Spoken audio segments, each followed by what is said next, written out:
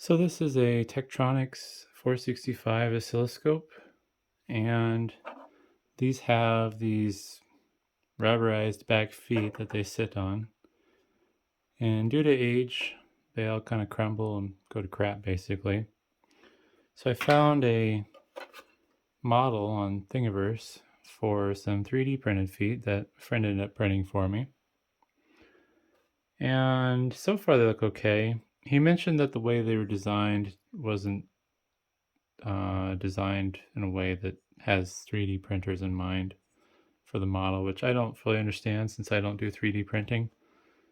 He said he had some issues with trying to print these, but overall the end product seems pretty good. They have these little, it's hard to show on camera, these little nubs for cable retention, which I have mixed feelings about because it'll hold the cord in there real nice. And actually in the furthest one back, it's not too bad. But it does leave a little bit of an indent, which is a little bit worse if you go further up. So I'm thinking what I need to do is take a little sandpaper and sand that off just a tiny bit, make it a little less aggressive, because yeah, that's a pretty bad indentation there. But I thought it'd be fun to at least see how well they work out, since my friend offered to print them for me. Seeing some other issues here. The opening for the screw is not big enough for the original screws. Yeah, this is the one that screw got stuck.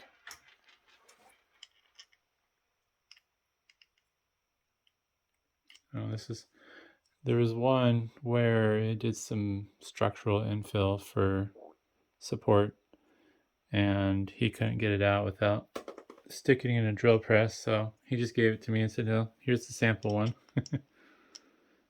But it looks like the model didn't account for the original screw size, because there we go, they don't fit in there very well. I don't remember what plastic was used for this,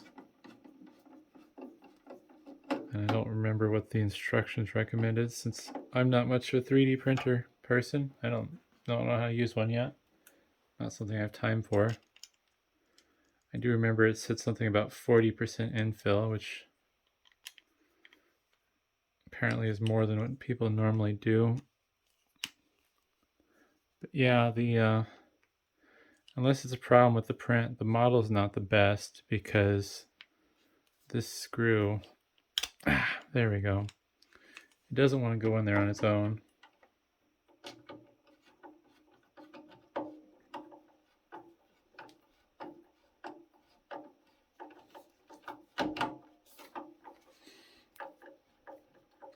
It could definitely use some fine tuning, the hole that the screw goes through.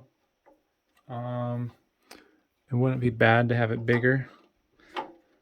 That way, if there's some issues with the 3D print that causes the hole size to not be ideal, you can still get the screw through.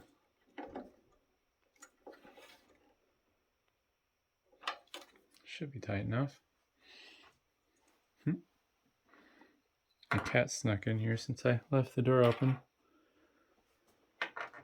I'll leave the door open if I'm not doing any soldering to this room, but if I'm working on some soldering, then I usually close the door, because I can't imagine the fumes are any good for them if they're not good for me.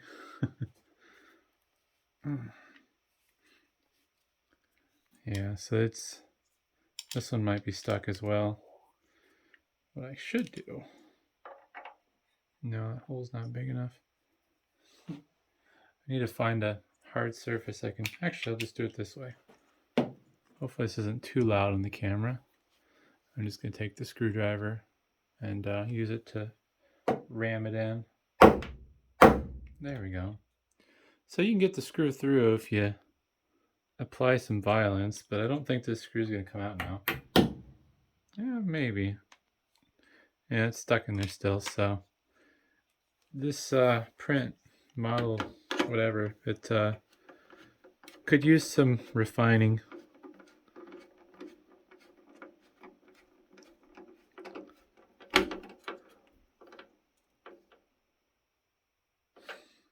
That feels solid. All right. Now we're going to use some violence and smash this screw through the hole. Ugh. I didn't feel it budge.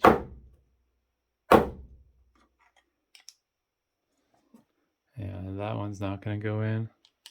I'm going to have to see if I can back it out maybe. All right. I wonder, nope. I was going to say if the screwdriver is as big as the hole, I could whittle that out. But, I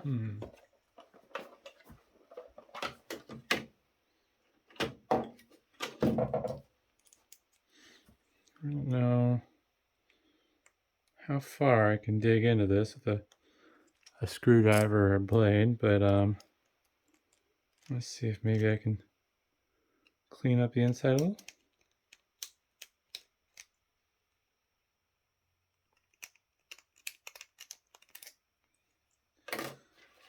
Oh, let's see how that works out. Nope, still.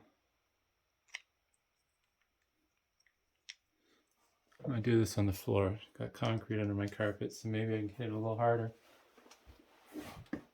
Ouch. Ouch. Those corners are kind of sharp. I managed to bash it through though. We'll see if I can screw it in now though. I think it'll work. Oh, good.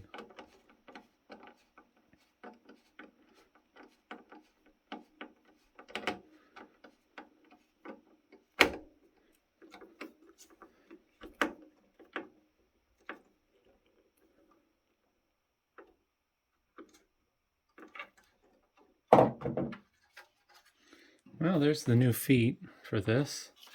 I'm not going to leave this on long term because I don't want to damage the cord. This unit doesn't work anyway, so I don't know why I care, but no point in causing any unnecessary damage to it if it's fixable. Oof. Yeah, those little nubs, they really dig in. It was a really good idea though. I just think that it needs to be backed off a little.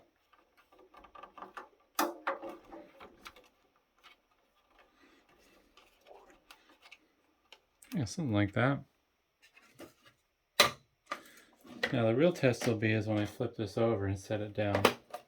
I'm not going to intentionally slam it down, but I'm not going to be nice to it either. I'm just going to flip it over and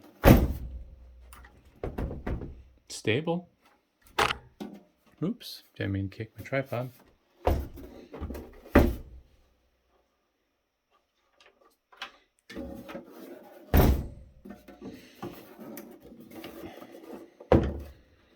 So, yeah, other than some minor tweaking being necessary, they seem to work pretty well. And yeah, there's some pretty nasty nubs in the cord. That should bounce back, but if you were to leave the cord on there long term, I'm pretty sure that'll do some damage. So I'll probably hit those with some sandpaper, but overall, it's better than nothing. Because, I mean, well, this is the worst one. There's basically nothing left. But hopefully that was interesting. I will put the link to the Thingiverse file that my friend used to print those for me. And thanks for watching.